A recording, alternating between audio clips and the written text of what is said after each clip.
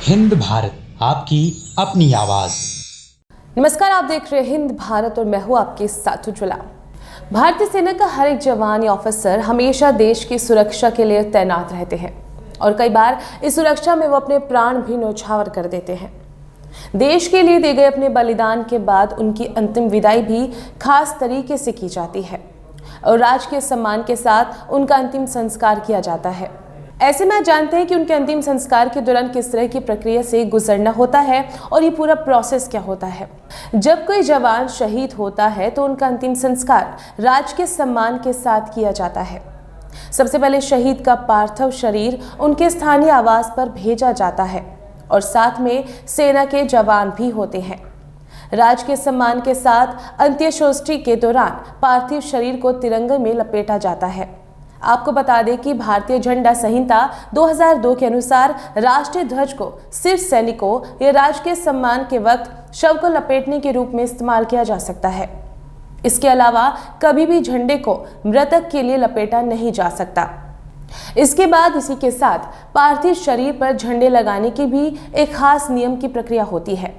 इस नियम में झंडे को शव पेटिका पर रखा जाता है और झंडे का केसरिया भाग शव पेटिका के आगे वाले हिस्से की तरफ होता है, यानी कि इसे सीधा रखा जाता है और इसे चादर की तरह तो बिल्कुल भी ओढ़ाया नहीं जाता।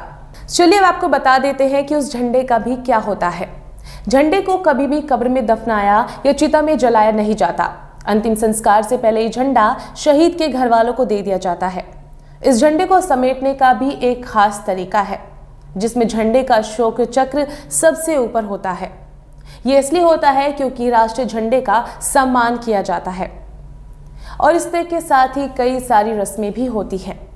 अंतिम संस्कार के दौरान मिलिट्री बैंड की ओर से शोक गीत बजाया जाता है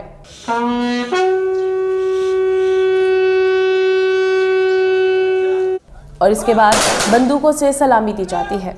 बंदूकों की सलामी का भी एक खास तरीका होता है और जिसमें बंदूक खास तरीके से झुकाई और उठाई जाती है। कई बार आपने ये चीज़ें फिल्मों में भी देखी होंगी।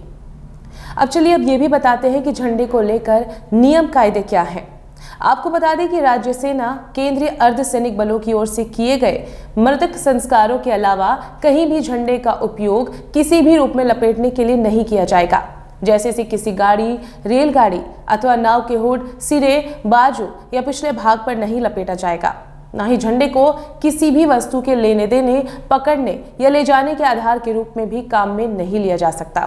दर्शकों, ये तमाम ऐसी जानकारियां थी जब कोई जवान शहीद होता है उस दौरान की जाती हैं। अगर आप भी इनसे जुड़ी कोई जानकारी चाहते हैं या फिर आप भी कोई नई जानकारी जानते हैं तो हमारे साथ जरूर शेयर कीजिएगा।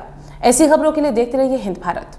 देश दुनिया की तमाम खबरों के लिए देखते रहें हिंद भारत। लाइक, सब्सक्राइब और शेयर करना ना भूलें।